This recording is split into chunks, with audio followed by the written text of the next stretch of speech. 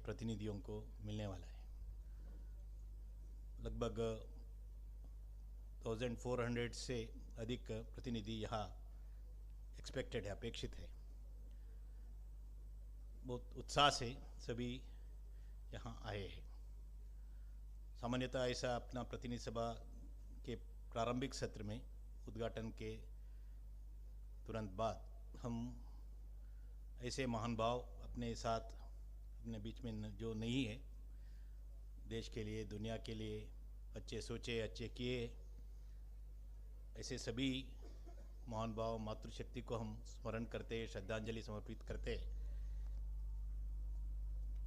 ऐसे ही आज माननीय सरकारी वाजी अपने बीच में नहीं है, ऐसे संघ के द्वारा ऐसे सभी को श्रद्धांजलि समर्पित किए। उनमें से कुछ यहाँ नाम में उल्लेख करता हूँ। सभी महान भाव प्रमुख लोग हैं, परंतु समय का कम होने का देखकर मैं कुछ ही नामों का उल्लेख यहाँ करता हूँ। पूज्य सद्गुरु महाराज विदर्भ पश्चिम महाराष्ट्र के वहाँ लेखक भी थे और अपने मार्गदर्शन से समाज जागरण करते थे। और डॉक्टर माधव गाडगील, हम सभी जानते वैज्ञानिक रहे और एनवायरमेंटल साइंटिस्ट रहे, Indian institute of science Bengaluru से। और अपने देश के पूर्व गृह मंत्री शिवराज जी पाटिल और वेस्ट पायस अपने भारत के हॉकी टीम के प्रमुख खिलाड़ी रहे। और कर्नाटक से सालुमರದ तिम्मक्का, सालुमरा यानी जो रास्ते के आजू बाजू में जो पेड़ लगाने का काम, जिन्होंने लाखों पेड़ों को लगाने का काम जिन्होंने किया, ऐसा अनपढ़ ग्रामीण महिला परंतु जीवन भर ये परिसर संरक्षण में जो मग्न थे, ऐसे सालुमರದ तिम्मक्का। के.एन. दीक्षित जो आर्कियोलॉजिकल सोसाइटी ऑफ इंडिया के प्रमुख रहे और पद्म भूषण, विशेषतः सरस्वती नदी के बारे में उनका शोध बहुत प्रमुख रहा है। और अपने देश के प्रमुख राजनेता और महाराष्ट्र के डिप्यूटी चीफ मिनिस्टर है श्री अजित पवार जी, उनको भी संघ की तरफ से श्रद्धांजलि दिया गया। वैसे ही धर्मेंद्र, प्रसिद्ध अभिनेता और तमिलनाडु के तमिल सिनेमा के बहुत बड़े नाम, ऐसे ए.वी.एम. सर्वानंद जी, और वही तमिलनाडु के ही मुरुगप्पा ग्रुप के प्रमुख रहे वेलियन जी, ऐसे सारे अपने उद्योगपति और अभिनेता, ऐसा समाज के गण्यमान लोगों को संघ की तरफ से माननीय सरकारी वाजी ने श्रद्धांजलि समर्पित किया है। अपने बीच में ना रहे ऐसे स्वराज कौशल जी, जो गवर्नर रहे मिजोरम के, और दक्षिण भारत में कर्नाटक के श्री विनय हेगड़े जी, जो राष्ट्रीय स्वयंसेवक संघ के बहुत प्रमुख एक आधार रहे उस प्रदेश में, और तमिलनाडु के फ्रीडम फाइटर रहे और कम्युनिस्ट लीडर भी रहे नल्लकन्नू। ऐसे मैं सभी का नाम यहाँ नहीं ले रहा हूँ समय के पाबंदी के कारण। ऐसे बहुत बड़े लिस्ट है अपने पास जिनको हमने स्मरण किए, श्रद्धांजलि समर्पित किए। तो जैसा मैंने बताया, संघ का शताब्दी वर्ष है। पिछले 2-3 साल से हमारे सभी कार्यकर्ता बंधु अपना शाखा कार्य का विस्तार में लगे थे। तो स्वाभाविक रीति से सभी का परिश्रम के कारण अपना आंकड़े में शाखा प्रेजेंस में बढ़ोतरी हुई है, हम सबको मिलेगा। तो स्थान में लगभग हमारा 4000 से ज़्यादा स्थानों में number of places has increase by 4000 and number of शाखास आल्सो इंक्रीज्ड अराउंड 5000, 5000 से अधिक स्थान। और अभी ये शताब्दी में और आगे भी अपना कार्यक्रम वगैरह है, उसके साथ साथ कार्य विस्तार का भी हम अपना लक्ष्य रखें, तो ये आगे भी ऐसा अपना कार्य ज़्यादा से ज़्यादा गाँवों में, ज़्यादा से ज़्यादा बस्तियों में लगाने का, शुरू करने का नया स्थानों पर वो जारी रहेगा।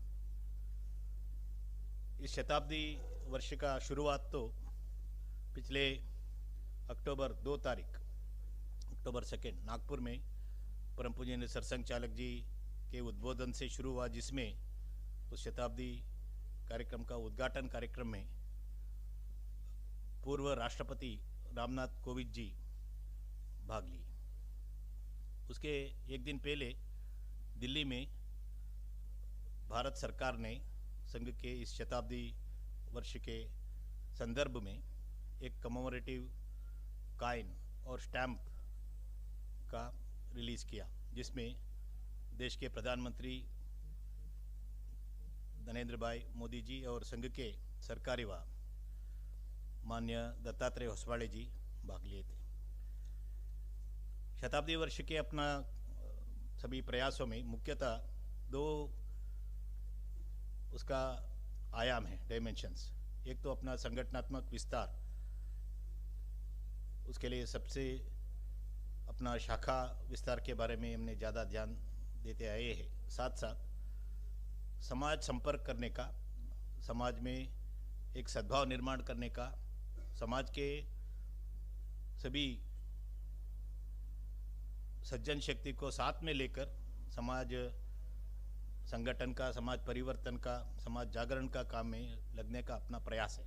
तो हमारा सभी कार्यक्रम इसी दृष्टि से हमने सोचे थे। तो स्थान स्थान पर प्रमुख नागरिकों को साथ में लेकर प्रमुख नागरिक गोष्ठी करने का अपना प्रयास जारी है। वैसे ही सद्भाव समाज में निर्माण करने के लिए स्थानीय स्तर पर, यानी ब्लॉक लेवल पर जो वहाँ के जाति बिरादरी के प्रमुख, आध्यात्मिक संस्थाओं के प्रमुख, धार्मिक केंद्रों के प्रमुख, ऐसा सभी को साथ में लेकर समाज में जो अच्छे बात होना चाहिए, जो सुधार लाना चाहिए, ऐसा बातों की चर्चा। मुख्यतः इसमें संघ पंच परिवर्तन, ऐसा समाज में जो परिवर्तन अपेक्षित है, ऐसा 5 विषय हमने लिए। पर्यावरण के बारे में, अपना कुटुंबों का, परिवारों का, मूल्यों का संरक्षण, सक्षमीकरण करने के बारे में, या समाज में समरसता स्थापित करने के लिए प्रयास, नागरिक कर्तव्यों को स्मरण करते हुए अच्छे नागरिक के नाते हमारा व्यवहार, दृष्टिकोण कैसा होना चाहिए, इसके बारे में, और स्वदेशी भाव का जागरण, स्व के बारे में सोचना और अपना वस्तुओं के बारे में, आचार विचार के बारे में श्रद्धा जगाने का प्रयास समाज में, ऐसा 5 विषय लेकर हमने प्रयास कर रहे। तो ये 5 विषय को हमने ब्लॉक लेवल पर, जिला लेवल पर समाज के गण्यमान लोगों के बीच में, पत्रकार, ऑथर्स, वैचारिक दुनिया में जिनका प्रभाव है, ऐसे लोगों के बीच में चर्चा करते हुए समाज में एक मानसिकता निर्माण करने का हम प्रयास कर रहे हैं। इसके लिए सद्भाव गोष्ठी और प्रमुख नागरिक गोष्ठी हमारे लिए बहुत अच्छा उपकरण है, उसका प्रभाव भी हम देख रहे हैं समाज में। वैसे ही हम समाज संपर्क का भी 2-3 तरीके का प्रयास हमने किए हैं। मुख्यतः हर घर, हर गांव में संपर्क करने का अपना प्रयास। अब तक लगभग 10 करोड़ से ज़्यादा फैमिलीज़ में हमने गए और 3 लाख से ज़्यादा गाँवों में हम संपर्क के लिए गए और भी वो जारी है, क्योंकि अपना शताब्दी साल तो आगामी अक्टूबर तक है। तो कुछ प्रांतों ने पूरा किया है, कुछ प्रांत अभी वर्तमान में कर रहे हैं, तो और भी 3-4 महीने में सभी पूर्ण होगी। उसका अनुभव भी बहुत अच्छा है। हम जब गृह संपर्क ऐसा हम जब कहते हैं, अपने समाज के, मातृ समाज के सभी घरों में हम जाते हैं। मैं केवल उल्लेख इसके लिए करता हूँ कि हमारा संपर्क का रीच और संपर्क का दृष्टि कैसा होता है। केरल में हमने सभी घरों में गए जिसमें कम्युनिस्ट विचार के लोगों का घर भी था।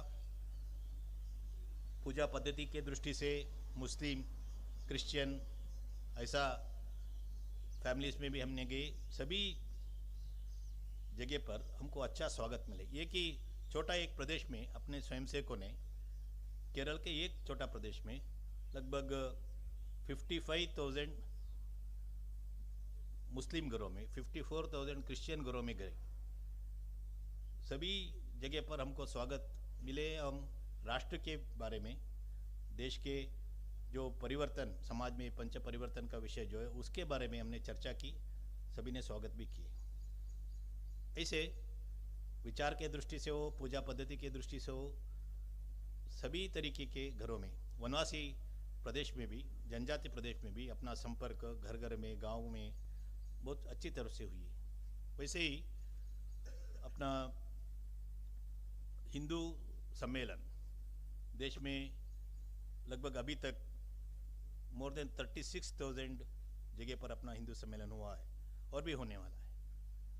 उसमें भी शहरी क्षेत्र में हो सकता है, ग्रामीण क्षेत्र में हो सकता है, जनजाति क्षेत्र में हो सकता है, और प्रादेशिक दृष्टि से थोड़ा रिमोट ऐसा बहुत लोग मानते हैं, ऐसा प्रदेशों में प्रादेशिक दृष्टि से अरुणाचल प्रदेश में थोड़ा रिमोट ऐसा बहुत लोग मानते हैं, ऐसा प्रदेशों में अपने अरुणाचल प्रदेश में अरुण कुमार जी भाग लिए थे।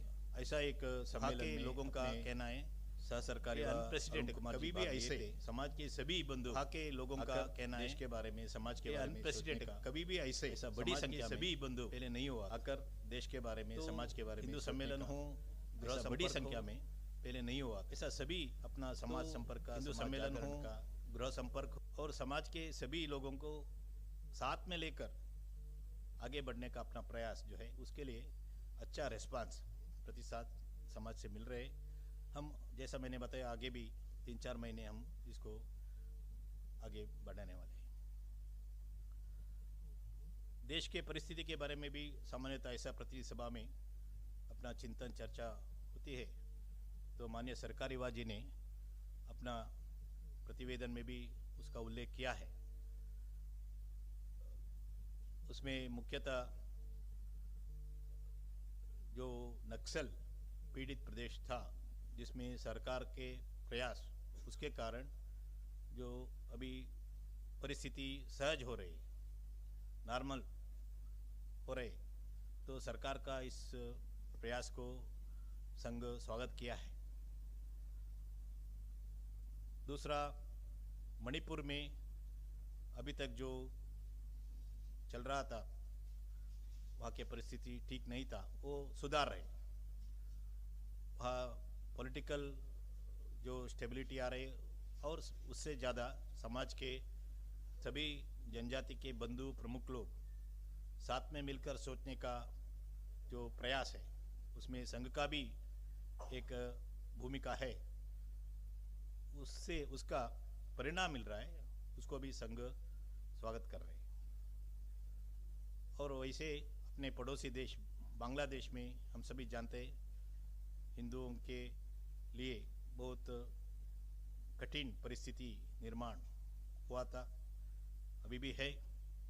तो संघ आग्रह करता है वहाँ के सरकार को हिंदुओं का मान संरक्षण का राइट्स और इंटरेस्ट्स को संरक्षण करने के लिए जो भी प्रयास करना चाहिए, ऐसा संघ आग्रह भी करते हैं।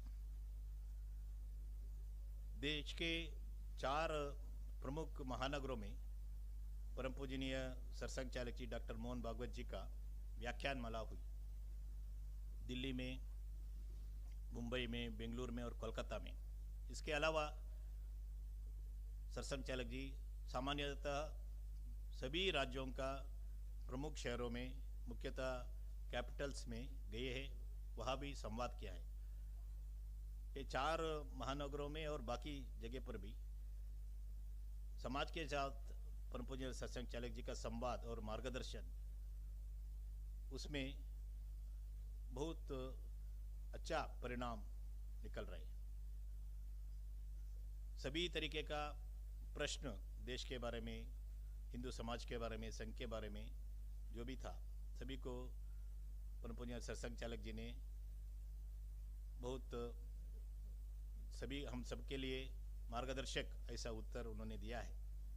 और ऐसा एक उल्लेख करना है तो केवल ये 4 महानगरों में he has answered more than 1000 questions and for more than 20 hours।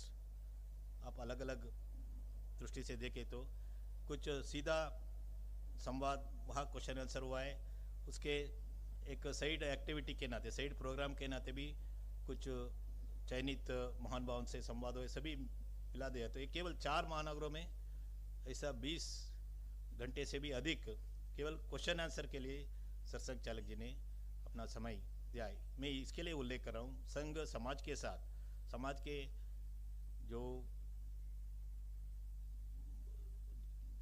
सभी तरीके का अभिप्राय को साथ में लेकर समाज में एक सहमति निर्माण करने का और एक सिविलाइजेशन के नाते हिंदू समाज का आगे का अपना दृष्टि वगैरह क्या होना चाहिए, इसको समाज के सामने रखने का प्रयास कर रहे हैं, उसको परम पूज्य सरसंघ चालक जी कर रहे हैं। तो ऐसा अपना शताब्दी कार्यक्रम समाज के साथ एक तरीके से संवाद, एक तरीके से समाज में एक सद्भाव निर्माण करने का, समाज का सभी सज्जन शक्ति को साथ में लेकर आगे बढ़ने का अपना एक बहुत बड़ा प्रयास है।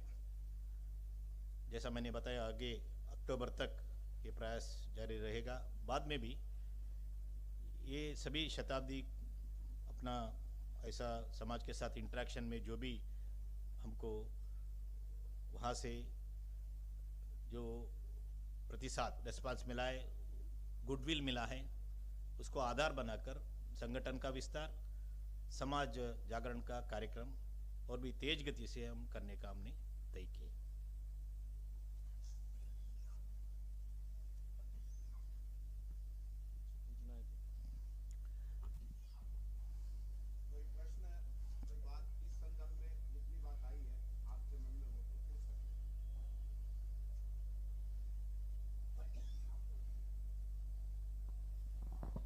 इधर हरे राम मिश्रा, सुदर्शन न्यूज से। मणिपुर में किस तरह की कार्य योजना रही है संघ की, जिससे कि जो वहाँ जो 2 जनजाति समूह हैं, मैतेई और कुकी, उनमें समन्वय स्थापित करने में संघ कामयाब रहा है? तो संघ का काम तो मणिपुर में लगभग 50 साल से है।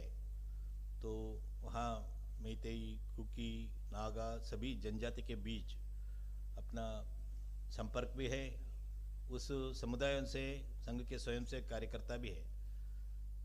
तो उस अपना जो अस्तित्व है, वहाँ प्रेजेंस है, उसको आधार बनाकर केवल अभी क्राइसिस हो गया इस समय नहीं, पहले से भी अपना प्रयास है एक सभी के बीच में एक गुडविल निर्माण करने का, वो तो जारी था। लेकिन जब ये 2 साल में ऐसा जो परिस्थिति निर्माण हुई है, उस समय भी संघ के अपने स्वयं से कार्यकर्ता, वहाँ के प्रमुख लोग जो है उस जनजाति की, कुकी हो सकते हैं, मैतेई हो सकते हैं, सबसे बात करते हुए हम सभी भारत माता का संतान है, ये भाव को जगाते हुए, जो भी है डिफरेंसेस, अभिप्राय अलग अलग हो सकते हैं, परंतु हम सभी मिलकर भारत समाज, इस समाज का स्वधर्म का संरक्षण के लिए एक साथ रहना चाहिए, ये भाव निर्माण करने का अपना प्रयास है। सेंट्रल गवर्नमेंट और जो भी पक्ष वहाँ इन्हें जो सत्ता में थे उनका एक प्रयास था वो पॉलिटिकल स्टेबिलिटी लाने का। वो क्या है, संघ हमारा ये प्रयास हमने किए, आगे भी हम करने वाले। जो हमारा प्रयास था 1.5 साल से, उसके लिए अच्छा परिणाम हमको मिल रहे हैं।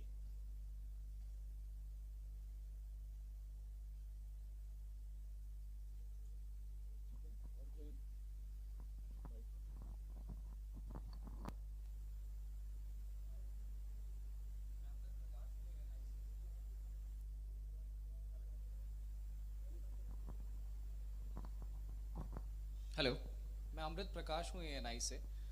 जिस तरीके से ग्लोबल अनसर्टेनिटी है, वेस्ट एशिया में एस्केलेटिंग वॉर देखने को मिल रहा है, ईरान और इजराइल और यूएस का कॉन्फ्लिक्ट देखने को मिल रहा है, भारत का किस तरीके से रिस्पांस होना चाहिए और क्या संघ में इस तरीके की बातचीत भी चल रही है, क्योंकि भारत पर भी इसका एक प्रतिकूल प्रभाव देखने को मिल रहा है। भारत के स्टैंड की प्रतीक्षा की जा रही है कि भारत किस ओर खड़ा है। पहले हम नॉन अलाइनमेंट की पॉलिसी पर खड़े थे, लेकिन आज उस पॉलिसी पर भी बड़ा प्रश्न चिन्ह खड़ा होता जा रहा है।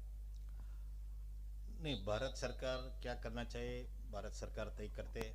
तो हम सभी मीडिया से भी हम सभी सुने हैं, पढ़े हैं और देखे भी है। अपने देश के फॉरेन अफेयर्स मिनिस्टर, देश के प्राइम मिनिस्टर वहाँ के सभी देशों के प्रमुखों के साथ अपना संवाद तो जारी रखे। भारत का स्टैंड क्या होना चाहिए वो भारत सरकार बताए है, वही संघ का भी मत है। एक क्राइसिस जल्दी से जल्दी ख़त्म होना चाहिए, एक समझौता होना चाहिए। कल भी देश के प्रधानमंत्री ईरान के प्रमुख से बात किया है। ये तो सभी का है, केवल भारत सरकार नहीं, भारत के समाज का भी यही है। संघ का ऐसा अंतर्राष्ट्रीय सभी विषयों पर हम अपना वक्तव्य वगैरह जारी नहीं करते, परंतु वहाँ के समाज, स्थानीय समाज और अपना हिंदू समाज, सभी के हितरक्षण के दृष्टि से जो भी अच्छा होना चाहिए हमारा आग्रह तो रहता ही। अभी भी वहाँ जो अपना हिंदू संगठन वगैरह है उनके सभी के साथ संघ का संपर्क है, हम संपर्क जारी रखे हैं। अभी तक ऐसा बहुत बड़ा आतंक तो हिंदू समाज को नहीं हुआ है, भारतीय समाज को, लेकिन सबके साथ संपर्क संबंध रखने का प्रयास संघ की तरफ से जारी।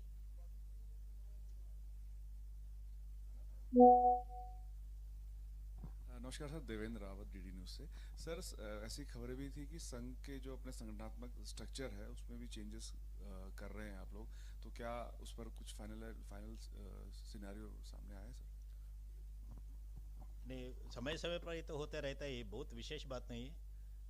आज अभी भी जारी है, जो भी होगा आगे सबको पता चलेगा। चर्चा चिंतन तो चल रही है। नहीं, वही वो इन्हें केवल कुछ प्रचारक वगैरह नहीं, संघ अपना भौगोलिक रचना के बारे में सोच रहे, तो उसमें समय समय पर जैसा परिस्थिति निर्माण होता है, संगठनात्मक आवश्यकता देखकर हम करते रहते हैं। इस बार भी ऐसा कर रहे हैं।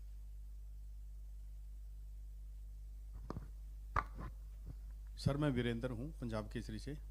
आपने बोला अभी काफ़ी मुस्लिम परिवारों को भी आपने जोड़ा है, आप उनके पास भी गए हो। हमारे संघ में कोई ऐसा पदाधिकारी भी है जो मुस्लिम समाज से है? संघ हिंदू समाज का संगठन करते हैं।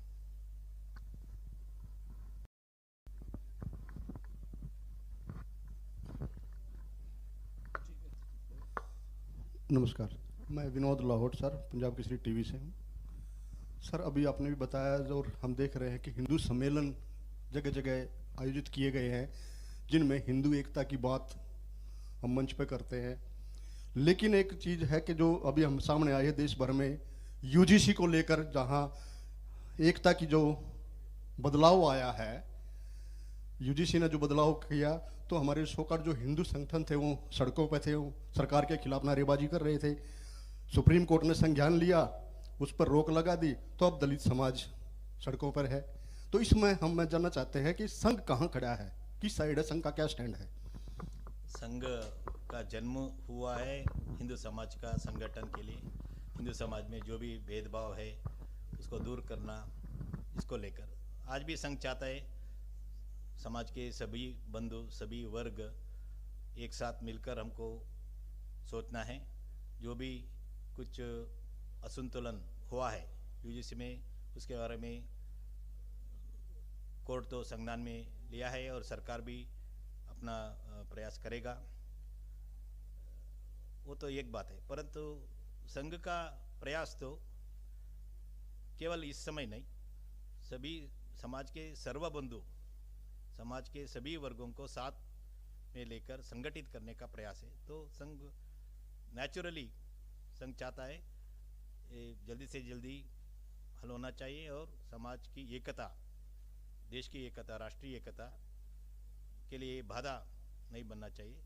ये संघ का स्टैंड है। ये अलग से बताने का आवश्यकता नहीं है, क्योंकि संघ का जन्म ही हिंदू समाज को सभी भेदभाव से, ऊंच नीच भाव से दूर करते हुए संगठित एक समरस सुसंगठित समाज निर्माण करने के लिए हुआ है। सरकार अपना प्रयास करेगा, ऐसा हम उसका स्वागत भी करना चाहिए ऐसा, और कोर्ट संज्ञान में लिया है।